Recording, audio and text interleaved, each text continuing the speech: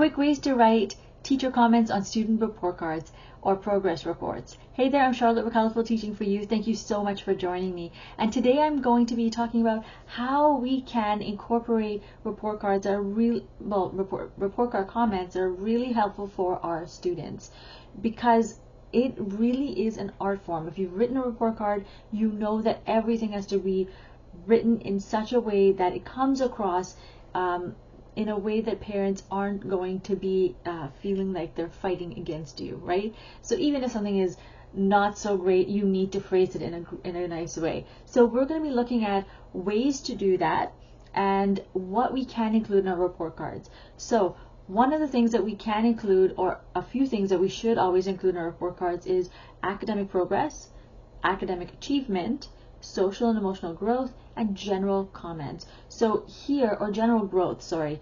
General growth is something you probably don't have to incorporate in every single section, but you do want to try and incorporate as much of it as you can into your report cards, okay?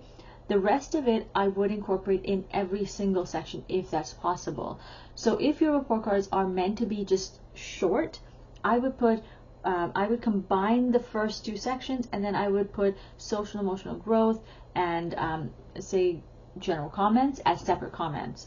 Or separate sentences is what I meant by separate comments, just in case you can understand it.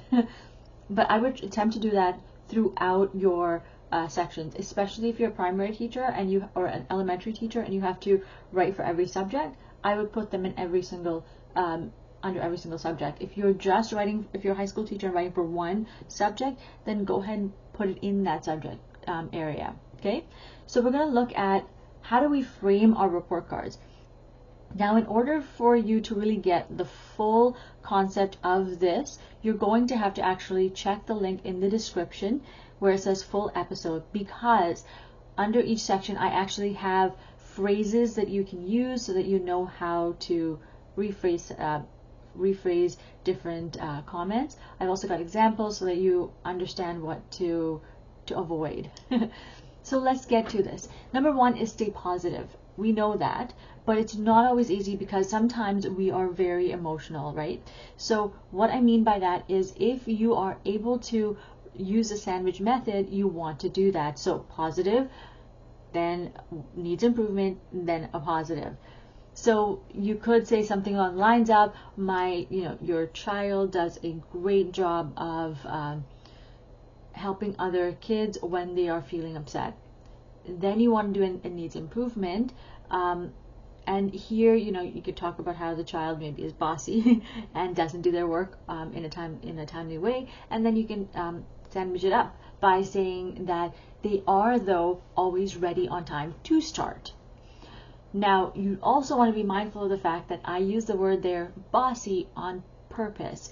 You don't want to be using the word bossy because that has a negative connotation, so you probably want to use a different phrase. Now if you want that phrase that I've written out, check out the link in the description for the full episode. Go under the number 1 for actionable steps, okay? Section number 2 is employ specific examples. Now many of us teachers are using self-reflections to be able to put this into our report cards, because you want to be able to have children have agency over their progress reports. It also allows a parent to be able to see what their child's thought process is, and it cuts down on your workload as well. So what I'd like to do is I have created a whole whack of different resources. It actually looks at different segments of the curriculum. For example, it might look at cultural growth, it might look at personal awareness, community. It just looks at different parts of a child's development, and I get my students to reflect on it. I take that reflection and I put it word for word in their report card, or I actually just take the actual sheet and I scan it in, as if that's allowed. For me it's allowed, that might not be allowed for you, so use the words if that's what you can do, okay? So this is allowing you to use specific examples of what they are doing, what they're thinking about. The next section is stay solutions oriented. Now, what I mean by that is we talked about the sandwich method in step 1, and we also looked at what a child is thinking about. This is great, but it's limited. What we want to do is take those needs improvement section and show show a parent that you're thinking about their child and how they can improve by giving them some ideas for solutions. Now, I've actually given you 2 different phrases, and all you have to do is fill in the blanks when you're writing your report card, okay?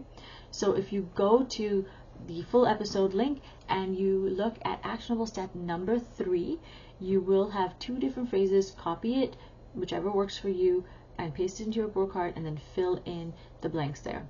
And it's going to show you how to help your parents stay look at how you want to help them. Now, if you don't incorporate it, it's just going to be you know, here's what your child is doing, here's what they need help with, and here is an example.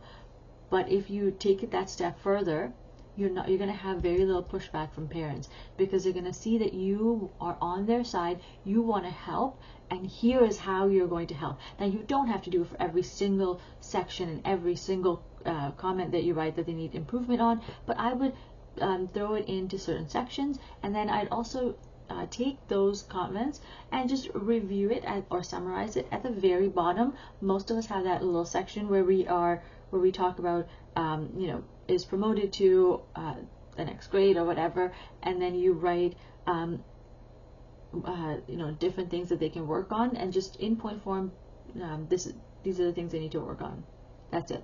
Okay, so thank you so much for joining me. If you have any questions, please feel free to contact me. In the meantime, actually, if you go under free resources, I've also got a free resource to help you with planning for the next term. All right, thank you so much, and I'll see you again, same place, same time next week. Take care, my friends. Bye.